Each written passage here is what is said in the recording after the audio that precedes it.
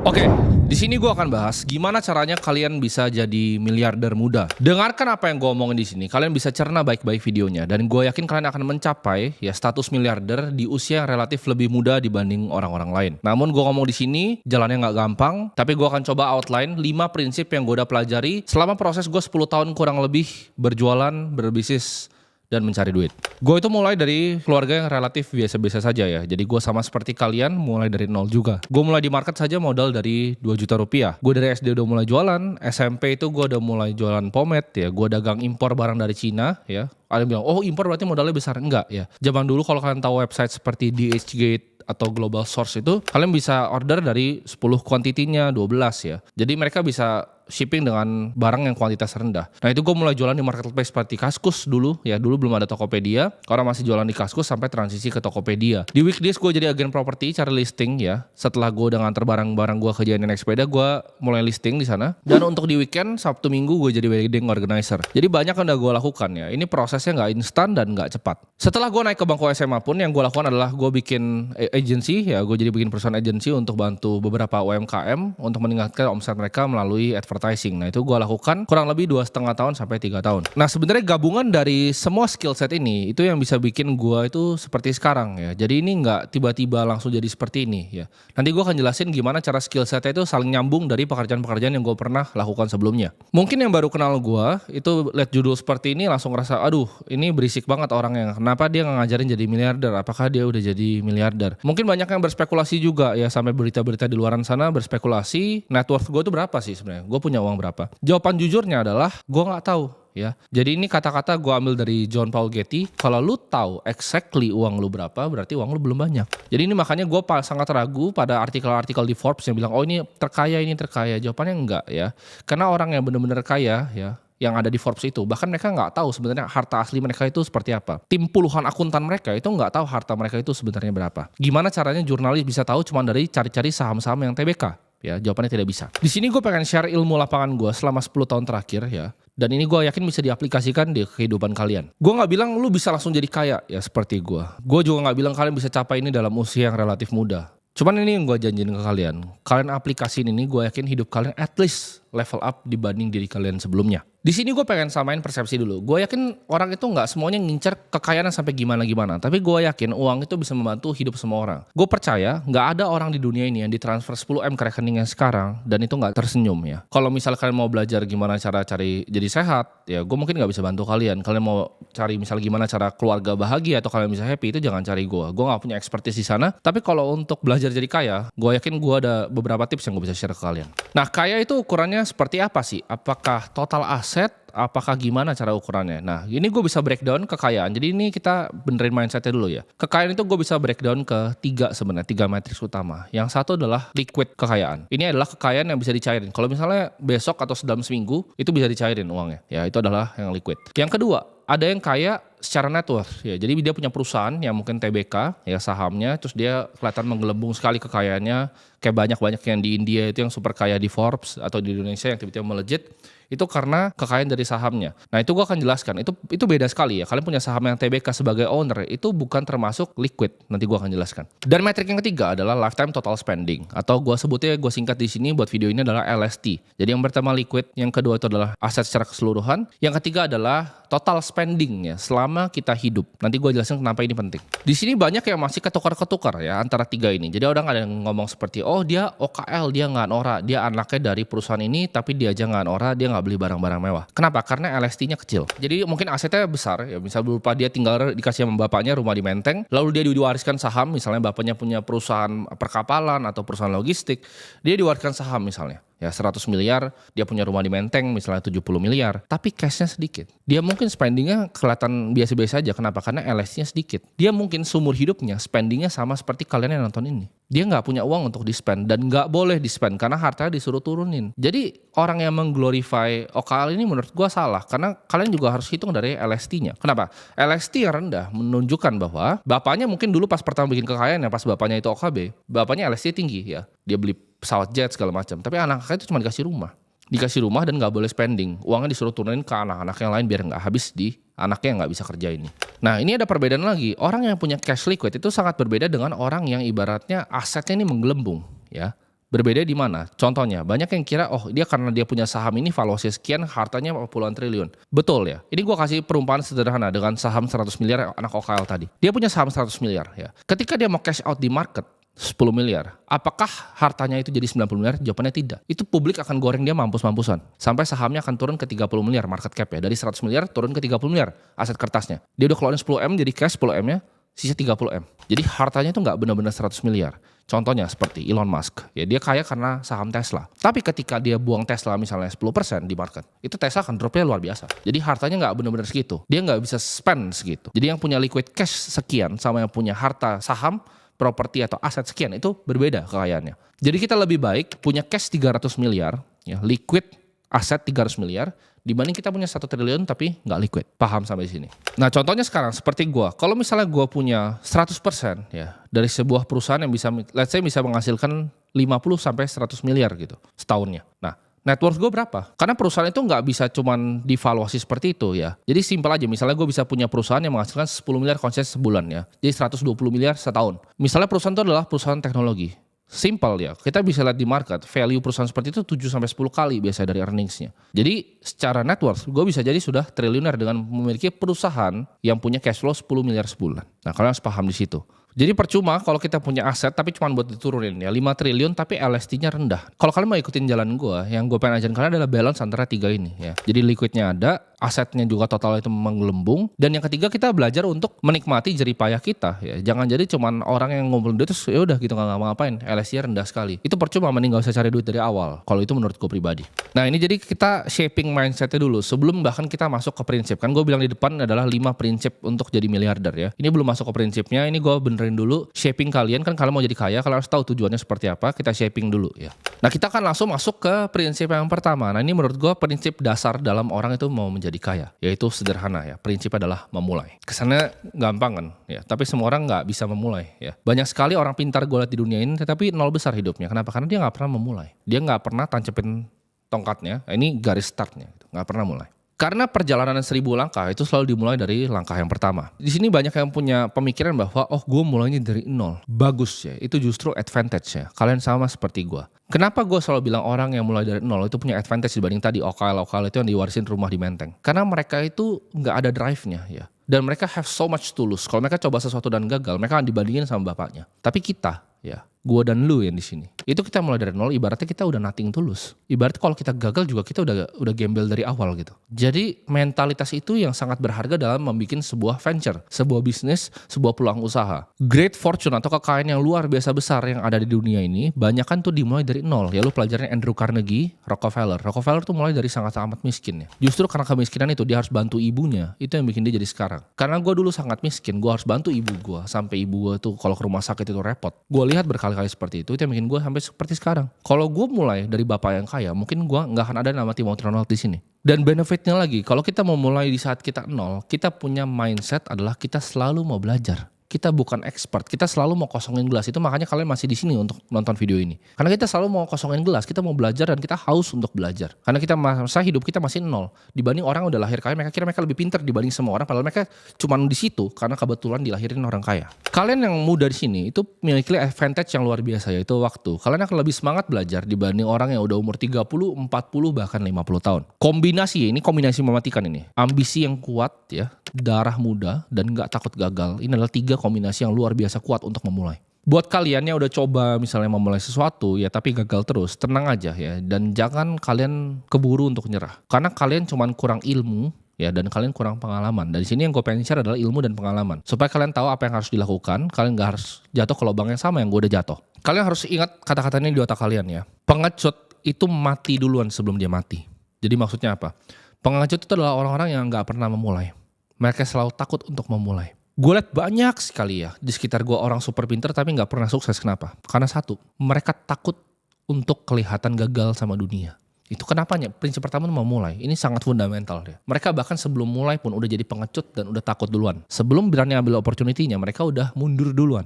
Orang-orang seperti ini itu takut dicap udah mulai sesuatu dan dia gagal. Ini gue cerita sedikit. Ketika gue memulai sesuatu ya, itu ngasal, itu industri gue gak ngerti. Ya gue jualan pomade waktu itu. Pomade-nya namanya Sofecito sama Fix Clay. Jadi zaman dulu itu market tuh nggak seperti sekarang ya, nggak banyak gitu dibanjirin di marketplace. Tapi di situ gue memulai aja. Tapi akhirnya sebenarnya bisnisnya relatif gagal. Walaupun gue di otak gue waktu itu gue tuh dapat uang belasan juta gitu, mungkin 13 juta, 14 juta. Nah balik lagi, kenapa gue bisa gagal? Karena pertama ilmunya kurang, kedua pengalamannya kurang. Ilmu yang gue kurang apa? Di bidang akuntansi. Gue kira bisnis sesimpel ini, gue hitung nih barangnya berapa, kira-kira pengeluaran gue berapa. Cuman kayak ini kurang ini gitu, itu goblok banget ya. Gue gak ngerti depresiasi, gue gak ngerti beban sewa semua. Jadi apa yang terjadi ya, gue gak ngerti bikin buku, gue gak ngerti akuntansi, bisnisnya berantakan. Jadi waktu gue kira gue dapatnya belasan juta, sebenarnya gue realnya net profit gue mungkin cuman di bawah UMR sedikit. Begitu gue gak ngerti financial management juga ya. Gue spending beli sepatu, ya beli Jordan udah ngerasa orang kaya ya. Udah mulai coba buka-buka botol murah begitu. Masih SMA ya, namanya anak muda, baru dapat duit kiranya belasan juta di otak, udah merasa orang paling kaya di dunia waktu itu. Umur 17 tahun dapat belasan juta itu rasa orang paling kaya di dunia. Itu gue berantakan semuanya situ. Karena gue kurang ilmu dan gue kurang pengalaman. Tapi kegagalan ini gak pernah bikin gue stop ya. Dari kegagalan ini gue belajar untuk bikin venture selanjutnya. Gue nggak pernah takut ya. Jadi pahami, pecundang itu kalah duluan sebelum dia mulai, mati duluan sebelum dia mati bahkan. Gue nggak takut gagal dalam bikin bisnis pomade. Kenapa? Karena ya udah gue nothing tulus. Gue udah gembel itu, gue naik sepeda nganterin kerja ini, gagal lah begitu. Nyokap gue yang bantuin packingin karena waktu gue masih sekolah. Jadi gue ke sekolah, nyokap gue bantuin gue packing gitu. Kalau gue takut gagal dan gue berhenti di situ, nggak akan ada gue sekarang. Nah ini akan gue sambungkan ke prinsip yang kedua ya. Jadi kalau prinsip pertama itu adalah memulai. Nah mungkin ini jawab pertanyaan kalian bingung. Tapi mulai dari mana? Nah ini masuk ke prinsip kedua, yaitu pencarian. Nah mungkin kalian bingung, apa itu prinsip pencarian? Pencarian adalah di saat kita bisa melihat sebuah industri ya, dan kita bisa melihat celahnya di industri. Nah ini kalian harus pahami dan gue akan bahas secara detail. Kalian harus bisa desain hidup kalian sedemikian rupa untuk mencari uang yang banyak ya dengan pencarian ini. Di sini maksud gue bukan kita lihat sebuah industri dan kita coba untuk desain karir ya. Jadi bukan kita mikir oke, gue mau kerja di IT di startup, gue mau desain karir gue dari staff, gue mau jadi manajer, gue mau jadi direktur. Itu bukan maksud gue ya. Ini bukan pencarian karir. Tapi ini adalah pencarian industri, di mana kita bisa lihat celahnya, kita tusuk di dalam paling cepat. Maksud gue dari pencarian adalah kita bisa melihat celah untuk bikin disrupsi yang hebat di industri tersebut yang orang lain belum melakukan. Ini gue kasih contohnya, maksud gue celah itu seperti apa. Jadi waktu itu gue kan jualan pomade itu dari Kaskus ya. Waktu itu gue transisi pertama ke Tokopedia. Jadi di daerah Tangerang sini kebanyakan itu gue yang supply. Kenapa bisa seperti itu? Karena gue melihat celahnya antara transisi Kaskus di Tokopedia. Nah di Tokopedia sendiri, kan waktu itu akhirnya begitu gue mulai jualan banyak sekali yang mulai ikutin. Modal gue paling kecil ya. Mereka bisa banjirin marketnya dengan harga-harga yang lebih murah. Celah yang gue lihat apa? Satu itu adalah advertising, karena waktu itu baru keluar Tokopedia. Jadi Tokopedia itu nggak ada ads seperti sekarang yang pay per click-nya itu di atas itu. Di pay per click-nya waktu itu murah sekali ya. Jadi kalau lu ads murah itu lu langsung muncul paling atas paling kiri pertama. Nah itu gue eksploitasi. Gue lihat celah di situ dengan apa? Ditambah copywriting. Di situ gue belajar seni mengubah tulisan menjadi uang. Orang semua cuma mikir di harga. Tapi yang gue pikir gimana cara gue bisa add value ke produk gue. Walaupun produknya sama ya. Sama-sama jualan pomade Suavecito. Tapi Suavecito gue dapat sisir gratis. Jadi kalau kalian pertama kali lihat itu di Tokopedia, itu gue yang bikin. Orang belum ada. Ya belum ada. Mereka cuma jualan begitu bulk atau mereka paketin 3 lebih murah gitu. Tapi gue lihat gue bisa jual dengan harga yang kompetitif. Gue gak harus banting harga gue. Cuma dengan tambah sisir. Jadi gue pesan lagi dari Cina sisir. Karena murah banget di sana ya. Waktu itu bisa cuma 200-300 perak ya. Tapi banyak sekali dapatnya. Udah. Cuma dengan murah itu gue taruh plus sisir ya. Mau nggak punya rambut seperti Cristiano Ronaldo begitu. Padahal dia aja nggak pakai pomade itu tuh. Tapi itu konsep yang gue lihat, celah di industrinya. Nah celah yang gue lihat tau apa lagi? Karena gue bilang tadi, skill ini bisa stacking. Jadi ketika kita mulai tadi, gue mulai dengan jualan pomade, gue nggak tahu bahwa itu adalah industri yang bisa bikin gue sukses dan justru gue gagal di sana. Tapi dari situ gue belajar banyak hal. Satu, gue belajar copywriting. Di saat orang lain nggak ada belajar copywriting. Nah celah yang gue lihat lagi apa dengan skill copywriting gue dan marketing gue ini, advertising gue. Bahwa banyak sekali UMKM yang nggak ngerti ini. Di situ gue lihat celah lagi. Oh ini ada UMKM, ini ada pabrik konveksi, ini ada startup, ya kan, ini ada restoran. Mereka no idea what is copywriting, mereka no idea what is advertising. Di situ gue lihat celahnya untuk bikin advertising agency. Ya gue jadi penengahnya untuk bridging mereka ke skill set yang gue punya. Kalau kalian di sini yang OG Facebook Ads, kalian tahu zaman dulu itu nggak ada retargeting canggih seperti sekarang, layering itu nggak ada. Ya jadi zaman dulu tuh sederhana sekali. Lu masuk ke dashboardnya, dia akan minta cuman target demografi, umur, ya. Mereka akan minta lokasi dan segala macam. Itu yang gue maksimalin waktu itu. Gue eksploitasi, gue liat celahnya di Facebook Ads ini namanya location targeting. Jadi ketika gue ngiklan, itu nggak ada yang mainin ini zaman dulu. Gue fokus hanya di lokasi. Gue peduli setan, gender, umur. Karena gue liat algonya waktu itu. Kalau kalian targeting semua, dia masih agak bingung. Nggak kayak sekarang. Sekarang udah canggih banget ya. Udah ada pixel, dulu belum ada pixel. Jadi lu cuma pakai location targeting, lu bisa dapetin omset luar biasa besar. Contohnya seperti apa? Ada pabrik konveksi. Gue cuma target lokasi dekat situ doang. Karena mereka rata rata-rata mesti datang ke sana untuk ngobrol sama ownernya atau kalian mesti chat. Jadi di situ gue bilang simple. Kalau lu mau bikin brand fashion, ya lu bisa order mulai dari 12 piece, yang lain 24, di sini bisa 12. Sebelumnya leads yang dia dapat, ya chatnya itu cuma dapat 2 sebulan, 2 WhatsApp sebulan sebelum pakai gue. Setelah pakai gue jadi 200. Cuman gue pencet tombol begitu doang terus gue video-videoin. Ya itu celah yang gue lihat dan gue minta bagian dari omsetnya. Sama seperti restoran. Kalian banyak gimana ya cara iklan restoran ya, pakai influencer, pakai KOL? Nggak perlu. Waktu itu gue manfaatin location targeting. Misalnya restorannya kondisinya di Gading Serpong. Gue tinggal bikin iklan ya pakai orang mukanya ngomong ini. Buat kalian teman-teman yang lagi di Gading Serpong, nah itu langsung ke hook di depan. Itu celah yang gue lihat. Jadi gue nggak sampai sini dengan Sunshine and Rainbow, banyak sekali yang gue udah trial error. Itu gue waktu masih umur 17 tahun, gue udah bisa mikir seperti itu. Dan kalian yang mungkin di sini udah lama juga di bidang marketing pasti paham apa yang gue omongin di sini. Nah, pencarian itu penting, prinsip kedua ini, karena sukses itu suka sama orang yang bisa cari celah. Ya. Ini gue mau ambil suatu pepatah dari filsuf Roma ya, Seneca. Kalian mungkin pernah dengar ini, tapi ini sebenarnya originalnya dari Seneca. Hoki itu adalah preparasi ya dikali dengan kesempatan. Maksudnya apa? Preparasi dikali dengan kesempatan. Preparasi ini adalah skill set yang kita punya. Jadi kalau tadi gue gak mulai untuk bikin pomade, gue gak punya skill set untuk bikin copywriting. Kalau gue gak punya skill set untuk copywriting, walaupun gue bisa lihat celah bahwa UMKM itu gak bisa itu, gue gak bisa eksekusi. Jadi dengan mulai kita bisa punya preparasi dulu dengan skill set kita ya. Jadi preparasi itu adalah skill set dan kesempatan ini adalah celahnya. Jadi paham di sini. Hoki itu bisa dibuat. Ketika kita punya preparasi dan kita bisa lihat celah, kita bisa tembak, tusuk dulu ke industrinya dibanding semua orang lain. Dan di sini kita bisa ada kesempatan untuk bikin kekayaan yang luar biasa besar. Bedanya orang yang bisa sukses dengan yang biasa aja itu bukan cuma kepintaran, tapi keberanian untuk tusuk celahnya. Di saat kesempatan, ya, dan mereka punya preparasi, mereka punya skill set, ada kesempatan nih, mereka akan cepat sekali. Mereka akan tinggalin semuanya di belakang, gak takut sama sekali, gak takut mati, dan mereka akan tusuk. Mereka akan tinggalin event semuanya untuk kejar momennya. Ya, ini gue akan kasih contoh, ada gak orang di belakangnya? Itu partner gue di sana. Ya gue contoh pakai partner gue kali Mas Ada. Waktu itu dia reach out ke gue. Nah kita sempat ngobrol. Sederhana sekali. Dan gue bilang bisa ketemuan. Langsung terbang dia. Ya. Dia kan punya skill setnya. Ya. Ketika ada opportunity untuk jadi co-founder di perusahaan gue. Apa yang dilakukan? Dia tusuk langsung masuk. Jadi dia tinggalin semuanya. Ya. Semua yang dia punya ya di Malang. Mau itu baik dia udah beli rumah di sana, keluarganya, bahkan istrinya sendiri, bahkan pekerjaannya sebagai dosen, itu semua ditinggalkan untuk tusuk dan mau disrupsi satu industri ini, yaitu edukasi kripto. Nah, itu kalian paham di situ. Itu nggak semua orang bisa bilang. Jadi kalau orang bilang, oh mau jadi sukses, nggak segampang itu. Kalian bisa nggak relain semuanya untuk tusuk ketika lihat celahnya. Nanti balik itu preparasi ya dikali dengan kesempatan.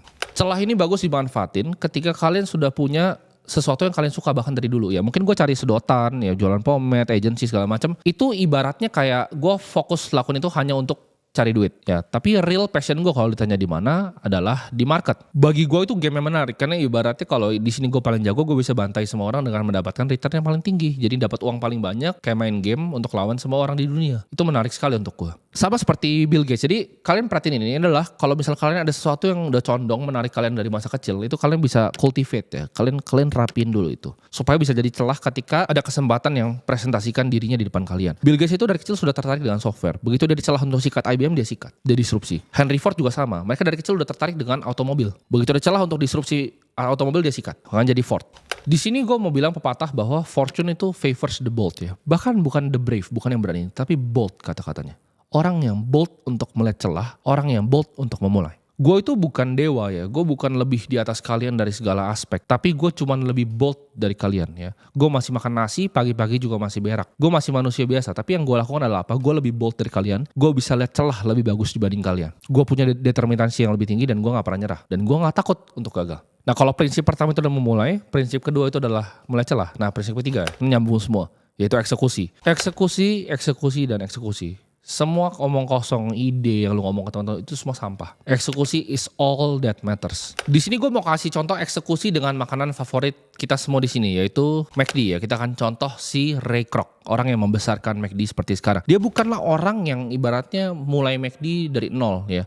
Dia juga bukan orang yang menciptakan konsep tentang fast food. Udah banyak banget yang bikin fast food. Tapi kejeniusan dari McD yang Ray Kroc bikin itu hanya terdiri dari 3 sistem sederhana ya. Yaitu standarisasi harga. Zaman dulu tuh gak ada yang namanya namanya standarisasi harga. Dia lihat industrinya, dia tusuk celahnya. Jadi semuanya tuh harganya sama, semuanya value for money. Dan kedua, dia yang menciptakan sistem franchise. Semuanya franchise, semuanya terstandar. Karena zaman dulu restoran bisa banyak orang bikin restoran, tapi maksimum itu 2 cabang. Karena satu itu keluarganya yang pegang. Begitu pegang cabang kedua udah nggak enak. Dia yang bisa standarisasi ini semua. Jadi harganya standar, quality-nya value for money, dan juga mereka pakai sistem franchise. Dan yang ketiga adalah marketing kayak orang gila. Dia cuma fokus di 3 itu. Standarisasi harga, sistem franchise, dan juga marketing kayak orang gila. Dan jadi McD seperti sekarang. Apakah Ray Kroc seorang jenius yang gimana-gimana? Enggak juga. 3 konsep tadi, sebenarnya kalau kalian bahkan mau bikin restoran, kalian implementasi 3 tadi, itu kan bisa jadi super besar sekali ya. Itu ide gampang sekali untuk diomongin, tapi dieksekusi sangat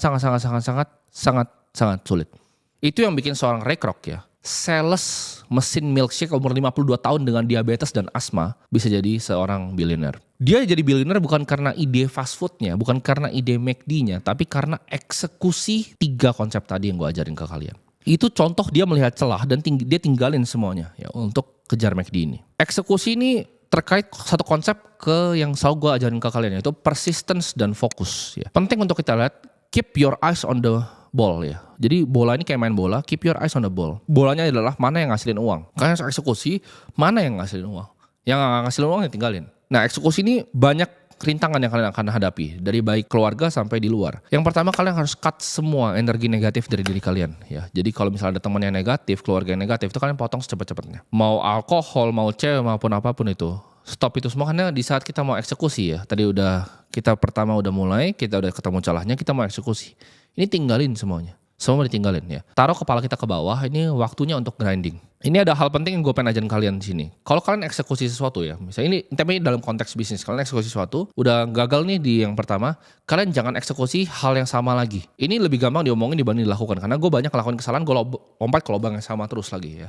Jadi kalau udah ngelakuin sesuatu, misalnya kalian ngelakuin marketing nih, ngelakuin sesuatu, gak works, stop. Jangan kayak orang gila, cobain terus ya. Itu dalam eksekusi itu penting. Nah, dalam fase yang ketiga atau prinsip ketiga eksekusi ini, penting untuk kita mencari mentor di industri. Kenapa kalian harus mencari mentor di industri? Karena mentor ini akan seperti orang yang udah pernah naik gunung ya. Dia akan jadi pemandu kalian. Kalian mungkin baru pertama naik gunung yang super tinggi yang berkabut ini, tapi dia udah 10 kali bolak-balik ya. Ketika kalian naik di atas, jalannya licin dan berkabut, dia udah bisa lihat bahwa jalannya licin dan berkabut. Nah, mentor ini kalian harus seleksi dengan baik. Seleksinya apa? Sederhana ya, dipilih di industri yang sama. Dan yang kedua, apakah hidup dia adalah hidup yang gue mau? Ya, kalau hidup dia bukan hidup yang gue mau, jangan pilih dia jadi mentor ya, karena kalian akan ketarik ke sana hidup kalian.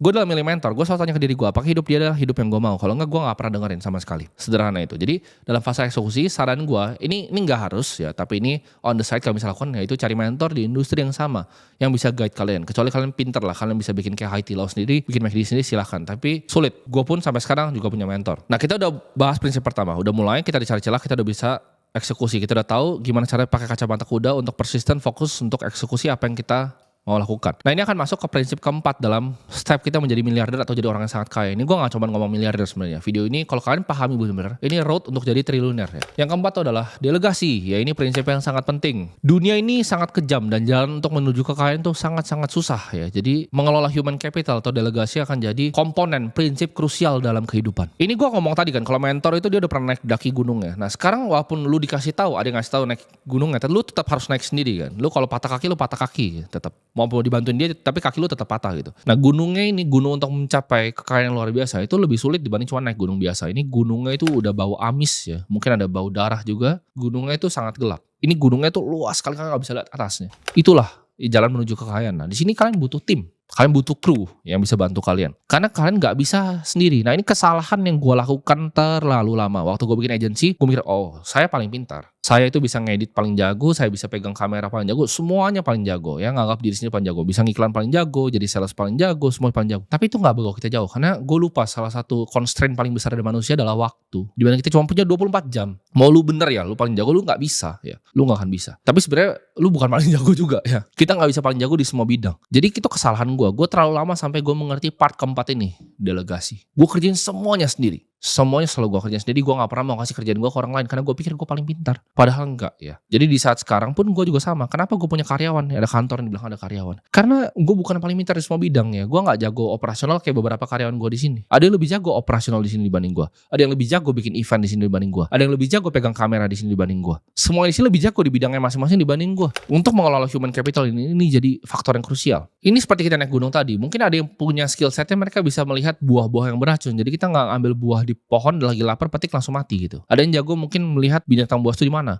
Nggak tiba-tiba kita masuk semak tiba-tiba dicakar digigit gitu. Ada yang juga jago mungkin melihat lubang-lubang di bawah. Ada yang jago tali menali gitu. Dia tahu caranya gimana cara naik ke atas. Nah itu adalah cara kita hidup. Cara kita bertahan hidup sebagai ras manusia, yaitu belajar untuk pakai orang lain. Delegasi. Nah sebagai orang yang mau belajar delegasi nih, kalian harus ngerti gimana caranya cari talent. Nah ini yang sulit nih ya. Karena kebanyakan orang kira cari talent yang jelek. Kayak gue juga salah dulu ya. Gue juga dulu cari talent berantakan karena gue gak ngerti. Balik lagi, semua di prinsip ini sama ya. Kalau kalian gagal tuh artinya kalian kurang ilmu dan kurang pengalaman. Nah ciri-cirinya apa? Karyawan yang bagus. Satu, mereka tuh sebenarnya lebih pintar dari kalian. Dua, mereka selalu tanya pertanyaan tuh intelektual, bukan pertanyaan bodoh ini tanya ke kalian. Gak semua hal-hal kecil bodoh itu tanyaan kalian. Dan yang ketiga, mereka tuh actually cinta akan apa yang mereka lakukan ya. Mereka gak suka ngegosip, gak suka mikirin yang gak penting. Mereka datang dan mereka cinta sama kerjaan mereka. Itu contoh karyawan yang bagus. Ini kesalahan terbesar gue pertama kali gue mulai. Gue coba cari copycat dari gue ya. Gue coba cari Timothy Ronald yang lain. Itu salah besar. Kenapa? Karena orang yang sama itu dia gak bisa ngelihat yang sama. Yang cuman bisa ngeliat buah, dia gak bisa lihat yang binatang buas. Kalian harus cari yang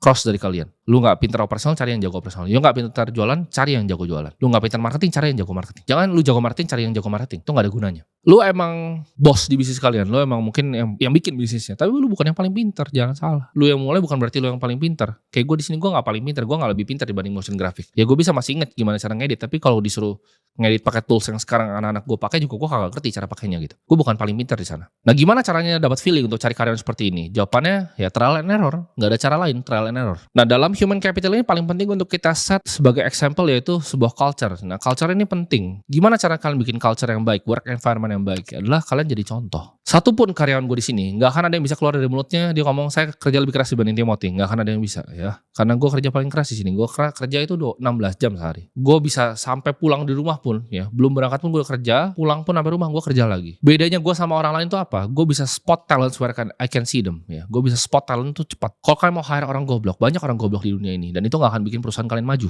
Orang goblok itu akan datang ke kantor lu, kasih senyuman ke lu, tapi nggak akan improve bisnis lu. Nah ini harus dihindari kayak hama. Jadi orang goblok ini dihindari kayak hama. Ini 2 guideline gue selama gue mungkin turnover karyawan tuh udah berapa ya? 300 lebih kali ya turnover. Jadi ini pengalaman gue selama handle turnover lebih dari 300 karyawan. Satu itu adalah ignore feeling pertama lo terhadap mereka ya. Karena judgement lo tuh gak selalu benar. Jadi kalau lu gak suka sama orangnya bukan berarti dia gak kompeten. Di awal pertama kali lu ketemu. Ya itu lo kesampingin. Itu yang pertama. Kedua, always hire the best. Karena A-talent mereka akan rekrut A-talent yang lain. C-talent akan rekrut talent yang kelas C. Ya, jadi kelas A akan selalu ketemunya kelas A lagi nanti ke depannya. Jadi kalau lu awal A semua jadi A di perusahaan lu. Nah, tapi talent yang baik, ini gue kasih tau kalian, talent yang baik biasanya udah punya kerjaan sebelumnya. Nah ini penting dan itu gak apa-apa ya. Itu tugas kita sebagai owner perusahaan untuk cari talent-talent ini. Nah dalam mencari talent ini, biasanya makanya ini ada bercanda nih teman-teman pengusaha gue. Pada paling takut kalau gue main ke kantornya. Karena kalau gue liat orang bagus langsung gue ambil masuk ke kantor gue. Rata-rata yang kerja sama gue tuh biasa dulunya sebelumnya udah pernah kerja di tempat lain. Dan gue cuma ngambil-ngambilin gitu. Gue ngambil yang terbaik dari punya orang biasanya.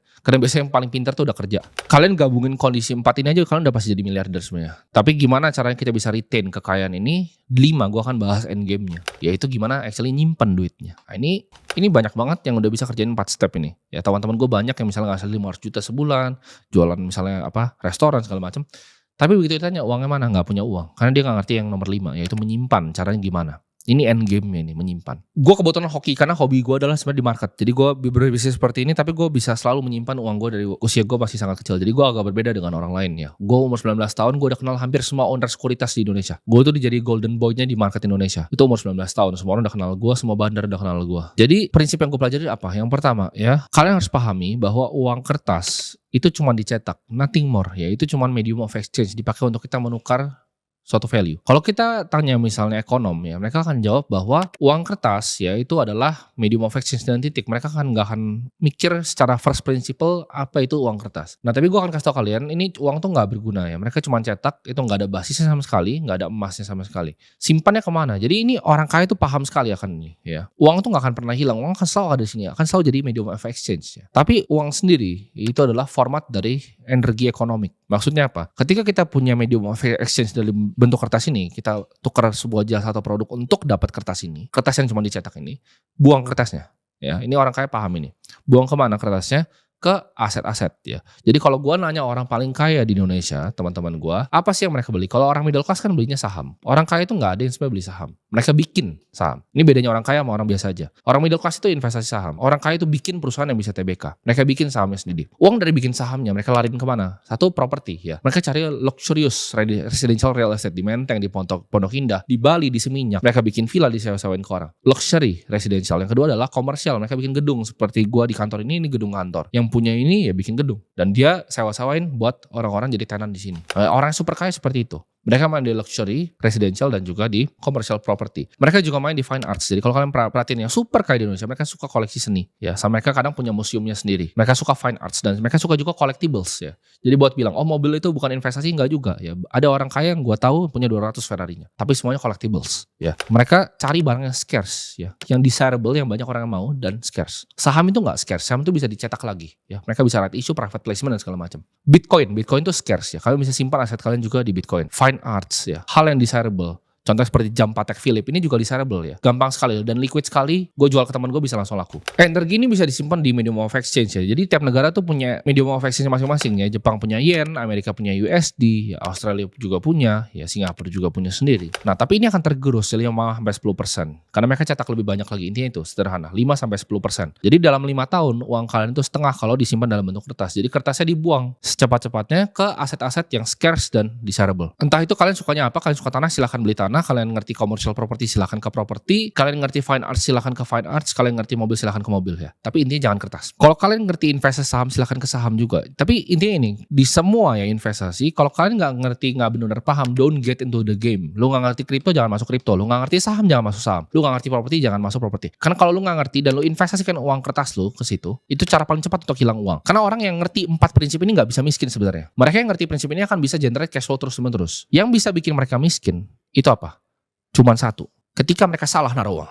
Nah, paham gak? Gue banyak lihat orang kaya bisa jalan cash flow, bisa berbisnis, jadi miskin karena mereka salah naruhnya. Masuk ke tiba-tiba gak ngerti perikanan, mereka beli kapal, mau berlayar, gak ngerti perbekalan segala macam, habis uangnya. Ya gue lihat banyak sekali seperti itu. Salah naruh uang. Dalam fase akumulasi ini, orang yang tahu persis aset apa yang dibeli, ya akan justru diuntungkan. Dan orang yang gak mengerti aset apa yang dibeli, itu justru akan selalu dirugikan. Nah untuk menyimpan kekayaan ini, banyak banget orang-orang, ini gue bilangnya tikus-tikus ya. Tikus-tikus yang suka grogotin harta kita. Nah gue udah nyampe di sini juga, gue udah lihat banyak-banyak tikus-tikus ini. Nah ini gue akan sharing nih, tikus-tikusnya ada apa aja. Satu, banker. The banker is not your friend. Ini mungkin kalau kalian nggak punya duit, kalian nggak akan bisa relate. Tapi begitu kalian udah punya duit, kalian akan bertemu dengan accountant, tax advisor, lu akan ketemu dengan lawyer, lu akan ke banker. Gue akan kasih tau mana yang teman kalian, mana yang bukan teman kalian. Ini karena ini fase end game ya. Jadi kalian mungkin bisa balik ke video ini kalau kalian udah nyampe di end game-nya. Nah di end game ini yang teman kalian pertama itu adalah lawyer. Ya lawyer is your friend. Ya lawyer itu akan banyak membantu kalian dari masalah-masalah. Lawyer itu bagus. Banker is not your friend.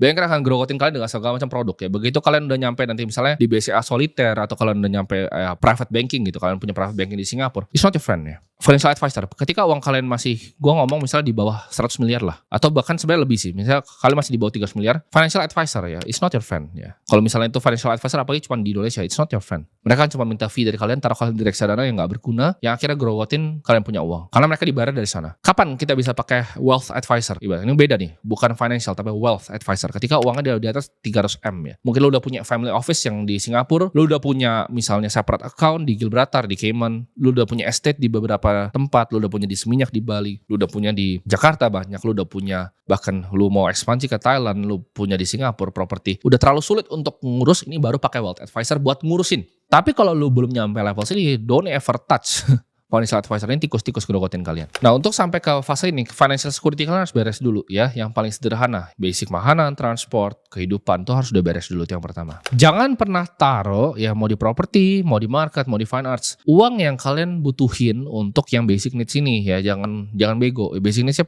penuhin dulu, barulah kita taruh uang di market. Uang dingin, uang beku kalau bisa. Nah, ini kita harus tahu dulu, ada 2 tipe orang. Ada yang dia lebih risk averse, ada orang yang risk on, dia berani terima resiko untuk mendapatkan hal yang lebih besar. Kalau lebih muda gue saranin kalian ambil yang resiko, karena harga yang dibayar untuk kekayaan adalah resiko. Nah, kalau kalian yang udah lebih berumur ya, risk averse, ini strateginya bisa macam-macam. Kalian bisa pakai barbell strategi, di mana kalian split uang kalian. Satu tuh sangat tidak beresiko, satu sangat beresiko. Contohnya, satu kalian taruh mungkin di reksadana indeks yang tidak beresiko yang di lokal, satunya kalian hantam di Bitcoin seperti itu. Kalian bisa pakai manfaatin barbell strategi ini untuk ngatur uang kalian. Nah, ini kalian jangan sentuh reksadana saham ya. Kenapa? Karena itu fee-nya terlalu besar. Karena anyway yang mereka lakukan adalah indexing juga. Saham-saham mereka itu banyak kan yang korelasinya ke beta itu besar. Jadi yang kalian lakukan adalah reksadana indeks saja. Itu jadi dia pakai robot ya untuk masukin alokasinya semua. Nah, indeks itu kalian bisa pakai Serika Hati. Itu sederhana banget. Kalian tinggal taruh di Serika Hati terus kalian hantam di Bitcoin. Atau kalian mau yang lebih risk averse lagi, tapi gue gak saranin karena di Indonesia bonds itu real rate inflasi di Indonesia itu 10% ya. Jadi kalau kita taruh di FR yang mungkin 6% itu kurang ideal. Lu masih minus 4%, tapi kalau lu risk averse benar-benar gak mau hilang duitnya, lu yakin lu bisa dari bisnis lu generate lagi, might as well gitu ya. Nah, itu juga kalian bisa pakai reksadana pasar uang di sana. Ya, itu masih bisa kalian pakai. Kenapa? Karena reksadana pasar uang itu ini cheat code-nya, itu bukanlah objek pajak. Itu rahasia di situ. Nah, tapi gue saranin kalau mau indexing pakai luar negeri. Kalian bisa pakai di sana antara indeksnya Nasdaq atau S&P 500. S&P 500 di kiri, kalian bisa hantam di misalnya Bitcoin di kanan, atau misalkan kalian mau di emas batangan di kiri, Bitcoin di kanan. Nah, itu bisa dipakai. Kalau untuk gua barbellnya di highest possible gain. Jadi gua di crypto mainnya. Semuanya di crypto, kiri di Bitcoin, kanan gua hantam di altcoin. Balik lagi, kalau lu gak ngerti apa yang lu lakuin, don't ever try to do what I do ya. Don't ever try untuk get into property, don't ever try to get into market. Pelajarin dulu, investasi leher ke atas dulu, pelajari secara holistik apa yang kalian mau beli. Karena perbedaan orang miskin tuh spend duitnya untuk beli barang-barang gak berguna. Dunia ini memang gak adil ya. Kalau kalian misalnya beli jam level Breitling begitu, itu gak berguna. Ya, itu kayak sampah, jadi harganya bakal turun. Makanya kalau kalian beli di toko, kadang mau beli Rolex itu disuruh beli 3 Breitling atau 2 Breitling dulu kalau mau dapat Rolex secara retail. Gak adil kan ya. Kalau kalian beli Patek, itu harganya naik terus. Misalnya sekarang itu 2,3 miliar, ntar bisa sampai 4 miliar. Itu bedanya.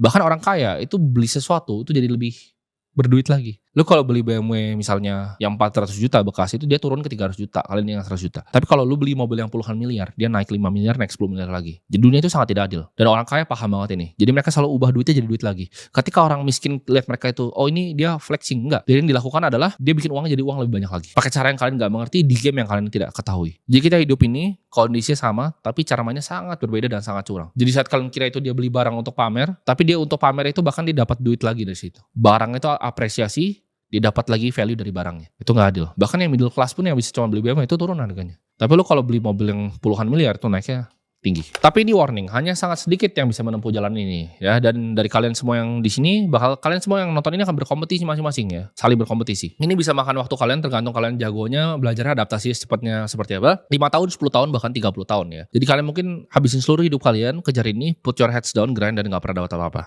Gue sering banget ngobrol sama orang kaya ya, teman-teman gue yang super kaya, yang udah agak tua, triliuner ya, yang gak muncul di Forbes itu, yang beneran mungkin top 10. Mereka ini gue tanya, apa yang mereka mau lakuin buat tukeran umurnya balik sama gue. Ini yang mereka ngomong ke gue sangat unik. Semua yang pernah gue bikin dan semua yang akan pernah gue bikin. Maksudnya apa? Semua yang mereka udah pernah bikin, mereka mau tukar semua, buang semua. Dan mereka balik ke gue untuk gak pernah bisa bikin apapun yang mereka pernah bikin. Umur itu segitu pentingnya. Segitu takutnya manusia itu akan kematian ketika udah di akhir hidup. Mereka pengen balik ke umur gue 23 ini, bahkan gak usah jadi orang kaya. Jadi orang biasa-biasa saja, mereka akan happy untuk balik ke umur 23 tahun. Jadi buat kalian yang sebenarnya masih muda, kalian tuh jauh lebih kaya dibanding orang yang lebih tua tapi uangnya lebih banyak. Ini gue akan kutip kata-kata dari Achilles ya, salah satu yang zaman dulu disebut sebagai dewa perang.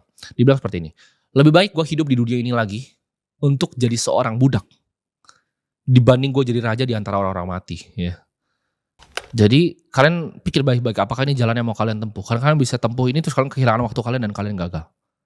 Dan ibaratnya nggak ada salahnya untuk ya udah hidup jadi biasa-biasa aja sebenarnya. Kadang gue tahu lu pasti capek dan lu mungkin berada di tempat yang gelap ya. Lu rasa nggak ada yang peduli sama lu dan lu ngerasa sendirian di saat lu mulai perjalanan ini. Tapi kalian lihat di sini ya, ini gue mau animator gue visualisasiin di sini. Itu adalah jumlah kotak kalau manusia itu hidup dengan rata-rata sampai 71 ya. Ini kotaknya dalam mingguan dan ini kotak dalam bulanan. Ini kotaknya cuma segini. Sesingkat ini hidup manusia. Jadi kalian mau hidup Hidup yang seperti apa? Banyak orang yang kira hidup itu masih ada hari esok ya. Mungkin kita saudara-saudara kita yang masih tinggal di Palestina waktu itu tiba-tiba kena bom. Ada yang tiba-tiba didiagnosa besoknya dengan kanker. Jadi buat kalian yang masih hidup, masih bernafas ini, cari sesuatu yang bisa kalian perjuangin. Jangan cuma mau hidup kalian jadi hidup yang sia-sia menurut gua. Nah ini menurut gua kalian masih bisa nonton ini, masih bisa tersenyum, saatnya kalian bersyukur. Tapi kalian juga renungin apa yang gua ngomongin saat ini. Hidup kalian mau jadi seperti apa? Gimana ya kalian plan, gimana caranya kalian mau maju dalam hidup? Karena kalau kalian cuma pikir, kemarin gue bisa begini, kemarin gue bisa ini, kemarin tuh gak akan datang ke depan muka kalian untuk balik lagi. Jadi gak usah pikirin tentang kemarin, lihat di depan apa yang bisa kita lakukan. Tapi gue bilang tadi, kalian lebih kaya dibanding yang kalian bayangin. Kalian punya momen ini, momen untuk berubah hidup kalian. Antara jadi biasa-biasa aja dan jadi orang yang luar biasa. Karena gue bilang, bedanya orang biasa aja sama luar biasa itu nggak jauh. Sama-sama makan nasi, sama-sama berak di pagi hari. Bedanya mereka punya determinasi yang lebih kuat. Mereka nggak pernah nyerah. Mereka nggak pernah takut dan mereka nggak pernah nyerah. Kita semua punya tanggung jawab di dalam hidup. Jadi setelah nonton ini akan ada dua tipe orang. Ada yang akan ya udah nyerah aja, dan ada yang akan jadi binatang. Dia akan jadi buas ketika nonton video ini. Setelah dia udah merenungi video ini, dia pahami betul apa kata-kata gue di sini. Dan kalian akan yang binatang buas ini saling berkompetisi nanti, ya. Abis nonton video ini, mungkin nggak tahu gue nonton 200.000, mungkin tercipta 20 hewan-hewan buas baru nih dari video ini. Nah buat kalian para hewan-hewan buas yang baru ini 20 orang mungkin dari 200.000 orang yang banyak di sini dan berhasil berubah nih, mau berubah jadi hewan buas yang mau taklukkan bukit tadi yang gue bilang. Terus lu mau gather kru lu ikutin prinsip-prinsip gue, lu mau kumpulin kru lu untuk nyampe ke atas. Gue mau tutup ini dengan quotes salah satu ibaratnya ya mentor sih, bukan mentor, tapi gue gak pernah ketemu orang udah mati lama juga, yaitu Alexander the Great. Alexander pernah bilang, gak ada yang mustahil untuk mereka yang mau mencoba. Ya, dia bilang mustahil untuk kuasain 3 benua, tapi dia kuasain 3 benua di umur gue 23 tahun. Gak ada yang mustahil untuk orang yang mau mencoba. Jadi untuk kalian yang bangun ya, yang gue bilangnya bangun karena video ini, gue tunggu kalian di atas bukitnya. Gue juga lagi naik bukitnya soalnya di atas sekarang. Ya, gue mungkin lihat kalian ada yang lagi mau naik-naik. Gue tunggu di atas dan sampai jumpa di puncak bukitnya.